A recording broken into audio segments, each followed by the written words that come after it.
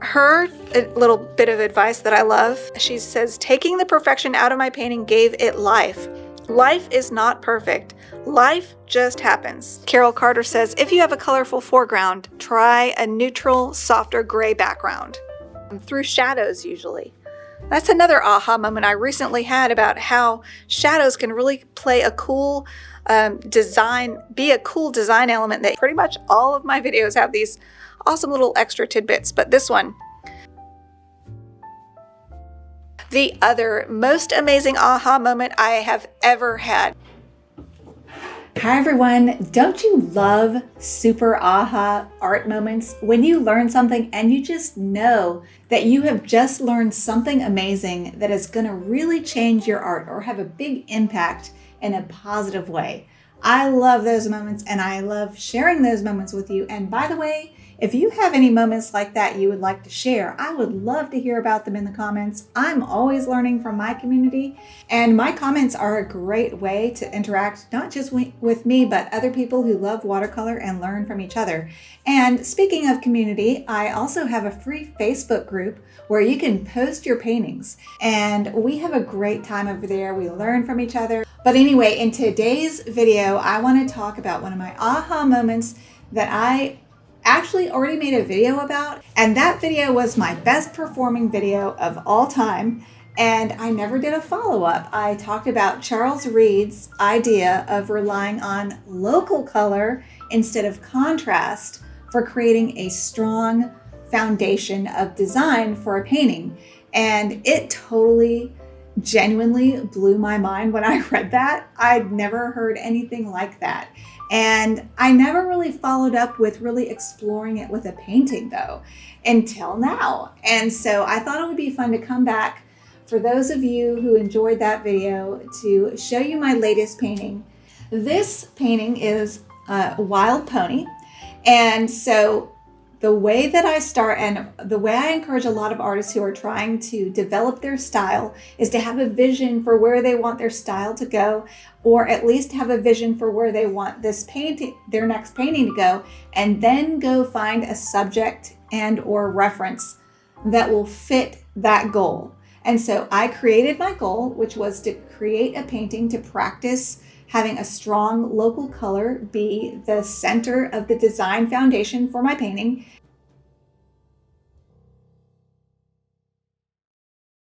Local color is the actual color of a thing. Think a yellow lemon, a blue sky, a pink flower. It's the actual color of a thing without that color being affected by the shadows on it or the light shining on it. So if a light shines on a lemon, part of the lemon will look white where the sun is hitting it really strong. Part of it will look like a gray orange in the shadow, right? And then in the middle, in the midtones of the lemon, it will be still the local color. So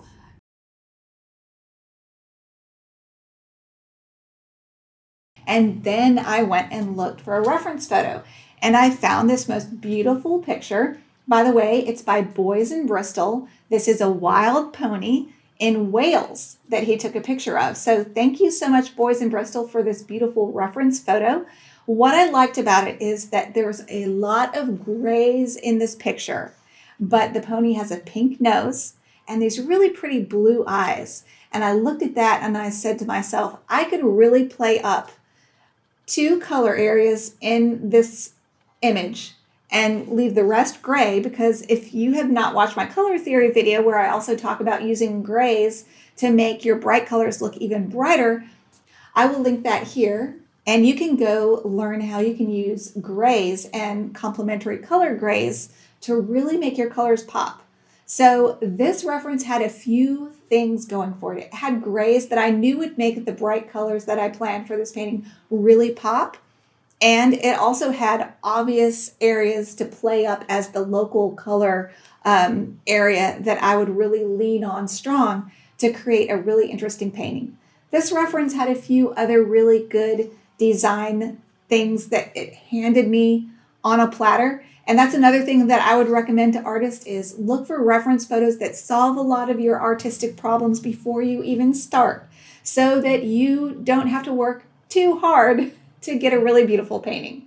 So it has to have a few things. It's got to have really good light and or an interesting design and or really good lost and found edges. And yes, you can find lost and found edges in a reference. I'm kind of getting off track though. So the reason why I chose this reference is, like I said, because of the strong local color it already gave me that I then played up. So just for those of you who are interested, the way that I played it up is I took that soft pink nose and upped it a little bit with even stronger hot pink. I used Holbein Opera, and I think it's Daniel Smith Transparent Pyrrole Orange, or is it Holbein Pyrrole Transparent Orange? I will put that up on the screen for you. And those are really beautiful, strong colors. So those were perfect. And then for the eye, in the reference, the pony has an ice blue eye. I decided to make it a little bit more of a cobalt blue, darker blue eye. So it really pops that color. And another really good thing that this reference photo gave me is that these two colors are across each other from the color wheel. So anytime you have colors across each other from the color wheel, they're going to really complement each other. They're going to make each other vibrate, which I talked about in that other color theory video that I just referenced. So be sure to watch that color theory video that will help you learn how to use color to enhance your colors, make them look even brighter than they even are. And so blue is across the color wheel from hot pink, roughly. They're not perfect complementary colors, no, but they're far enough away on the color wheel. They're across each other in color families across from each other on the color wheel. That means they will really complement each other. They will make each other really vibrate and play. It's like the colors are playing together and making themselves brighter by having both of those in the painting. And so that's what I did to play with this idea of local color and using it as the design foundation.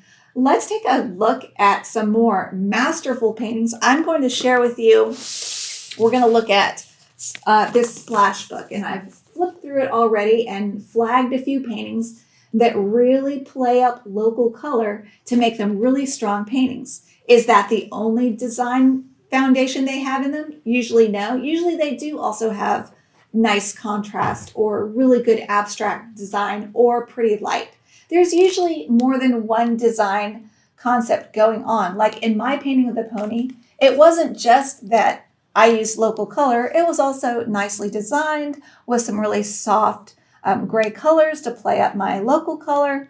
So it also had decent light. So I used other things in the reference photo that also lent itself well to a nice strong design. But anyway, let's take a look at this Splash 15. By the way, if you've never heard of these amazing books, they come out every year. And it's like an art competition, and you can submit your paintings to this art competition, but it's open to artists all over the world. And the cool thing about this competition that's different is it allows the artists to go back in their archives and submit their very best work. And so what that means is this is the best of the best in the world that submit to art competitions anyway. And it's very inspiring. I have not missed many. They're called splash books. Over the years, I probably have 20 or 25 books. And there's a new one that I just bought, and it is on the way to me in the mail as we speak. So I might share some of those, some of my favorite paintings in that if you're interested. So leave me comments below too, what you would like me to make a video about. But anyway, let's take a look at this splash book and see what the masters do to use local color to make really strong paintings. Here we go. All right, I gotta set up my camera. All right. Here is my Splash 15 book, edited by Rachel Rubin Wolf. So I bookmarked it with some of my paintings, so maybe we'll look at some of my old paintings too and see how they compare to this new idea of using local color. All right, and the first painting I want to look at, and this is actually paintings that I did last year for Christmas. I do have these tutorials available. I didn't really play up the local color. I just kept everything really delicate and soft. But anyway, this one obviously is super jazzed up local color. It's all about this it's just bold red gate. It's a Japanese temple. This is by Laurel Covington Vogel. She really played up this red color, and then look, she did a lot like my idea of using a lot of soft grays in other places everywhere else in the painting, and it really made for a bold painting. All right, we're going to move through these because there's a lot I want to look at. Here's another Christmas painting. This is interesting too. This one is yet another one that has a lot of grays in it, muted colors, except for these bold yellow markings on the runway. So that is really, really such an interesting concept to hang a whole painting design on. I love that because it's really abstracted with all these lines and then the soft, dark, foreboding sky and then the very realistic plains. Just love that by Fernand Thienpont, probably killing that name. So beautiful, beautiful example of playing up local color, but graying down a lot of other ones. And I might add Charles Reed does use grays, but sometimes he does not use a ton of gray. At least it's not obvious. Yet another Christmas idea. This idea is really fun. You get a stencil and you push it down on your paper and then you paint around the stencil. And ask me for a link to a demonstration about this, but these were really fun ways to make Christmas cards. These were not difficult. We have a lot of grays in both of these paintings and then some strong local red color in the pants of this guy. The shirt, the flags are super bold red and everything else is fairly muted down. So that's really interesting. So I'm seeing a pattern here when artists do use strong, bold local color. They gray down a lot of the other colors, which is interesting. Except for right here, this is very bold local color of the red umbrella, the Asian umbrella. And the green background is not very muted greens. Probably somewhat muted, but just a little touch of green in this painting to play with the reds, to complement the reds, to make these colors vibrate off each other like I was talking about earlier.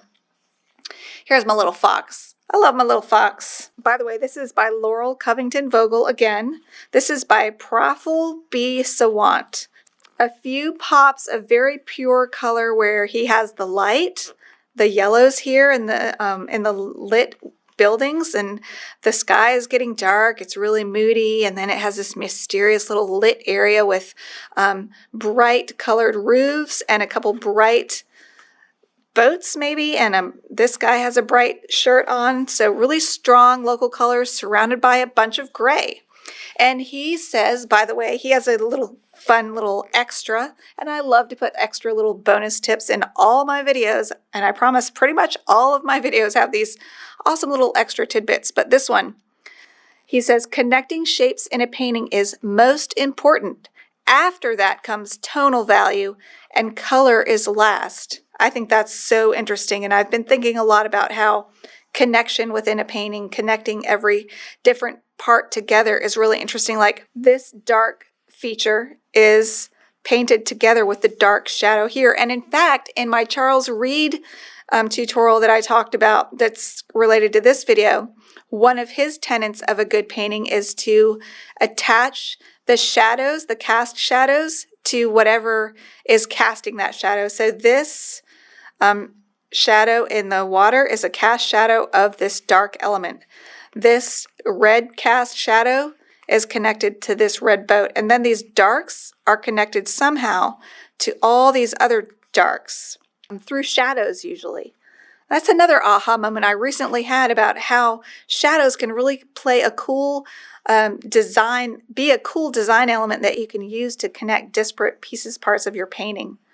I just shared actually a really good video that I found about using shadows as part of your design. That's free on my Patreon, so be sure to join my Patreon for free.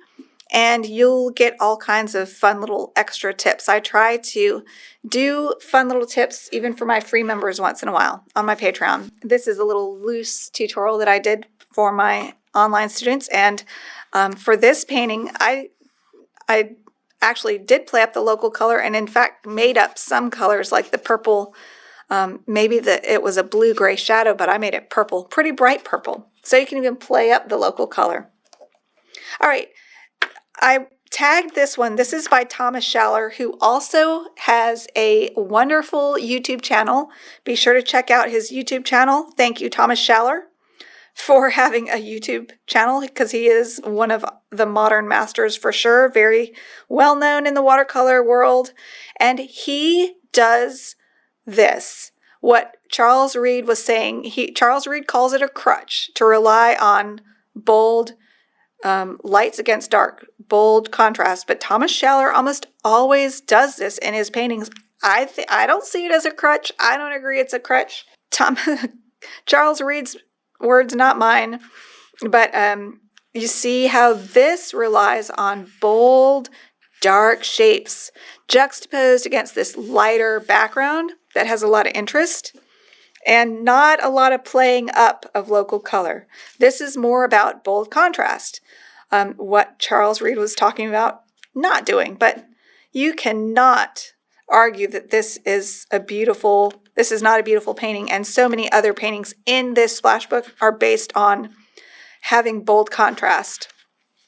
So, I don't know, Charles. I don't know.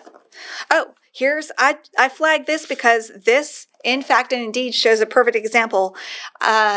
What this is a painting of is people taken from the perspective of it's above the people and the shadows are long. And see how the shadows are interwoven almost in an abstract design. These are the cast shadow of the people, and it's part of the design element to create rhythm by having these people somewhat equally spaced. So these bits of dark shadow are making a very interesting design element in this painting. I flagged that because I found that interesting. It doesn't really speak to the local color, although there are some really bright colors in this one. But there's a lot of local colors played up in this one, which Charles Reed does that a lot too. He'll really focus on the color in the painting and play it up. All right, let's see what we have next. All right, this is a beginner tutorial, very beginner-oriented tutorial I did. I kept it as simple as possible. So it's just a quick, easy, fun tutorial that is available. Oh, Bev Joswiak, one of my favorites. Do you want me to read her little tip? There's tips sprinkled throughout this painting, or this book. I'll read both these tips. This one is by Jean Peterson for this painting. And she says, breakthroughs are the result of fearless exploration and problem solving. And then Bev Joswiak, who I follow very closely on Facebook. I've had several chats with her. She's awesome. She's retired from teaching, but she still paints. And she says, when painting stripes, a creative solution to keep them from looking cut out and stiff is to paint them first and then add the shadows. That smears the paint underneath in a just right way. I love that. Again, this isn't so much about local color. It's more about the design, this big shape of the shirt here against the bold shape. This is more about bold contrast, isn't it? Because there's this big dark shape behind the man and this big white shape connected to this white shape, connected to this white shape. So it's almost like the checkerboard approach to painting, where you have a dark, a light, a dark, a light. Here's another light against dark. And just Bev is just an absolute master. So I just wanted to share that one with you because I love her work. All right, another fun Christmas tree. If y'all have ideas about what a good tutorial would be for Christmas, do tell.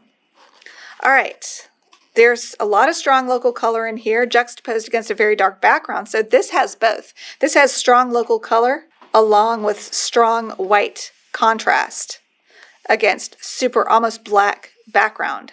So this artist used both local color and bold contrast to create a very interesting design with beautiful light, might I add. Just gorgeous light. This looks like it might have been a quilt that inspired this and some marbles. So there's a lot of local color, but again, this has local color in it and super strong, super black background against super white tabletop against local colors woven throughout this part of the painting with grays playing off the reds. And see how the reds are really a big part of the design element? So why do you think there's a green teapot in this painting that is green being the perfect complement of red? Why do you think the artist did that? I bet you know now. All right, this was another beginner tutorial that I was using to illustrate the other most amazing aha moment I have ever had. Thanks to James Gurney. I will link in the upper right or upper left corner. Just look for a link that appears here. And by the way, it will not take you out of this video. It will just cue it up for you. And sorry, my voice is kind of going because I've been talking a lot. But this other aha moment in a nutshell is he noticed Rembrandt's windmill had 4 different pairings: dark blade against light background, light blade against dark background, light blade against light background, and dark blade against dark background. So when I first learned that, this is one of the first things I painted to demonstrate that, and I made a point to have light on dark, dark on dark, dark on light, dark on light, light on dark. All the pairings are in this painting. And what it's supposed to do is to help your paintings not look like they are cut out, and also to make elements in your painting look more painterly. So this whole pig has the Rembrandt windmill principle applied all the way around, but you can also apply it to pieces parts like ears or noses or trees or whatever. That is a must-watch video, y'all. Y'all have to watch that. It blew my mind times 10. What this Charles Reed idea blew my mind. So be sure to check that out. All right, this is just a very humorous take on using local color. Obviously, this is a bunch of women's bras, and they're really brightly colored. And again, notice how grayed down and dark the background is to really play up these colors. So that's really interesting. Same here, lots of super beautiful popping local color of the elements in this painting, and then super darks to both be grays in the background and darks to pop out these lights. So several design elements going on. All right, let's see. More Christmas ornaments. I love the little fox. He looks a little claustrophobic though, don't you think? And this was by Jennifer Polnazek. And this one is by Kathleen Giles. I'm sorry if did I forget? This one was by Lynn Hosegood. So, so sorry if I forgot to. Oh, this one. I meant to talk about this one because it's just so beautiful. I love this painting so much. It's by Christine Misensick Bunn. She says, taking the perfection out of my painting gave it life. Life is not perfect. Life just happens. Well, Christine, my darling, it looks perfect to me. I don't see any mistakes, but that is the Japanese idea of wabi-sabi, embracing mistakes, embracing the beauty of mistakes, because life is not perfect. And isn't this gorgeous? And it does use the local color of the fish. What is the complementary color of orange? It's blue. Look at all the blues and the gray blues. It's just gorgeous. So this is some local color just popping beautifully against more grayed down areas. She almost made her, I assume this is a self-portrait. This is lighter and more delicate, balanced with this really bold area of the painting over here. That is such an interesting design. And I don't know how she came up with that, but I love it. I also love this painting. Oh, here's the kind of painting I would do if I didn't have bad imposter syndrome. It would be kind of Rothko-esque abstracts. I love paint. I mean, and this just glows so beautifully. This is what I would paint if I didn't have imposter syndrome. Like, no one's going to take me seriously if I do abstracts like this. And look how this green glows with the grays and the slight pinks that I put. I just love that. All right, so this one's fascinating because it's a very abstracted design, very impressionistic and abstracted by Dory Rifkin. And I have got to look up this artist because she's got a lot of, it looks like pencil lines maybe, but definitely she played up the colors, but also have lots of grays throughout the painting. It's just absolutely gorgeous. Love this. If anyone is interested at all in painting abstracts with me, please speak up because I will be first in line to paint abstracts with y'all. Here's another super beginner tutorial I did. But this has really strong local color that was then abstracted and then simplified to be only like, I bet this artist only used, I would say 3, maybe 4 colors in this painting. And that can really help your painting hang together really well, by the way, if you only limit your palette to a blue, a red, a yellow, and maybe 1 accent color. This is by Carol Carter. This is by L.S. Eldridge. And Carol Carter says, if you have a colorful foreground, try a neutral, softer gray background. So she incorporated a lot of grays behind this pop of local colors she put right in the middle. Well, I have a free bunny painting. I designed it to be a full start to finish real-time tutorial at rachelstudio.com/beginner bunny. It's not this one, but it is a full real-time tutorial to give you a sample of what my tutorials are like. And I think my tutorials have improved since then. That one's like 2 years old now, but I'm always trying to improve. Strong local color, lots of connection. By the way, remember that artist who said connect things? This black is connecting to the black shadows. Charles Reed talked about that. Make the cast shadows, just paint them at the same time as whatever it is they're attached to. So this shadow is of the hose, and then the hose goes around and it's black, and it attaches to the blacks back in here, and these black shadows weave through the painting, and then this red is attached to this red through the shadow. This red is attached to the ceiling. Really cool example of abstract design and attaching different parts through shadows and color. And definitely a lot of local color in this being played up and overemphasized and then being balanced out with some grays. Wow, that's beautiful. Look at the texture in this by Rose Eden. Wow, and look at the light in that. Just beautiful. But anyway, I hope you'll come join my free Facebook group. I hope you'll come join my Patreon for free. And if you would like to learn from me more in depth, I recommend you joining at the $13 tier. Those are my best, most in-depth tutorials where I explain everything I can possibly think of. I don't leave out any secrets. So I hope you will consider joining for that.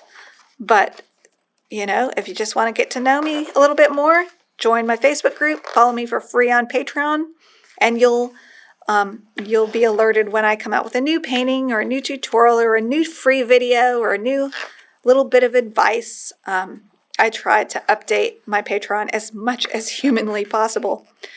And I have at least 1 free video every month. One free full-length, real-time start-to-finish tutorial every month. Anyway, I really enjoyed our time together. I can't wait to chat with you a little bit in the comments. I sure hope you'll meet me down there and meet me other places online. And until next time, go watercolor your world, and be sure to like this video and subscribe to learn not just the how, but the why of watercolor so you move along your painting journey a lot faster. Now go watercolor your world. Bye, everybody. When you're stuck, by the way, try letting your intuition overrule your planning by Mary Limouth. This is her painting, just gorgeous.